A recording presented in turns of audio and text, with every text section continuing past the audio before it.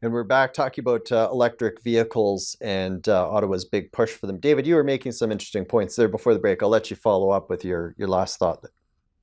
Well, what I was saying was that the Inflation Reduction Act, which is offering phenomenal um, um, incentives to automakers to build battery plants south of the states, between $1 billion and $2 billion per year per plant, um, Hmm. is getting so many people to build plants and factories for EVs that if the current slight downturn in EV sales actually persists, we will have a glut, not a shortage, of EVs going into the Hmm. future. That's certainly interesting. It seems like there's a lot of big financial carrots that are being dangled in front of industry, and the horse has really left the barn on this issue. Uh, Dom, when it comes to the other technicality, the power that we're going to need to actually regularly charge these vehicles once consumers buy them, could you tell us a little bit about what kinds of plans are in place at the provincial level, because they handle electricity grids in this country? What plans are in place are there to accommodate this huge wave of people buying electric cars? Yeah, that's right, Colin. It wasn't as well thought out on the province's side as we may have.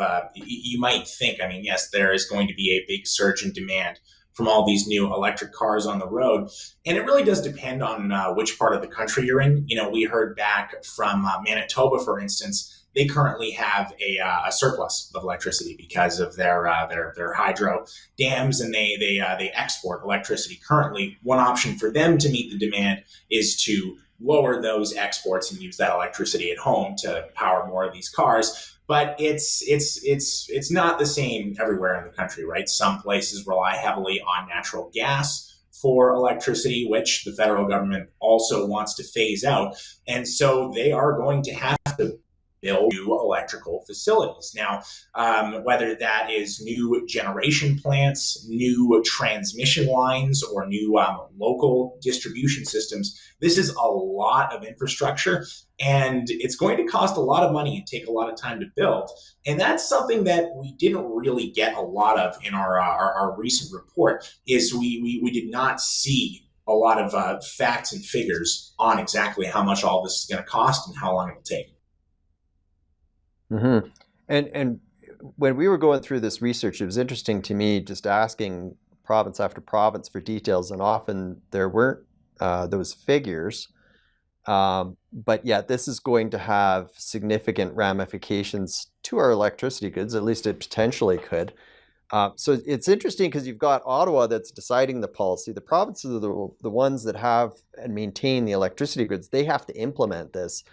But could you just tell us, did any province calculate what this is going to cost their individual households in terms of like what the typical household's going to pay? Yeah, it's an easier answer, and it's an easy answer, Colin. Not one, not one province put the work in to see how much all of this, whether it's costs from building new facilities, whether it is higher rates because more electricity is being used. None of them put the time in to say how much will this cost you on your power bill. Hmm. What is the cost for a typical household right now if you're looking at, say, uh, going out and buying an EV tomorrow? What do you have to do as a household to prepare? Yeah, that's right. Because it is more than just the cost of the vehicle itself, which can vary quite a bit. You need to install a charger, right? It's you can't just plug it into the wall like you would a your cell phone. You need to get a proper electric vehicle charger. Now, the level 2 chargers are the most popular for household use because they can actually charge the vehicle in a reasonable amount of time. Those, along with installation, can cost you anywhere from $1,000 to $3,000, depending on which company you go with, where in the country you are.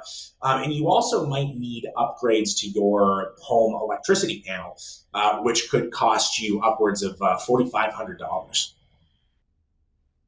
Hmm.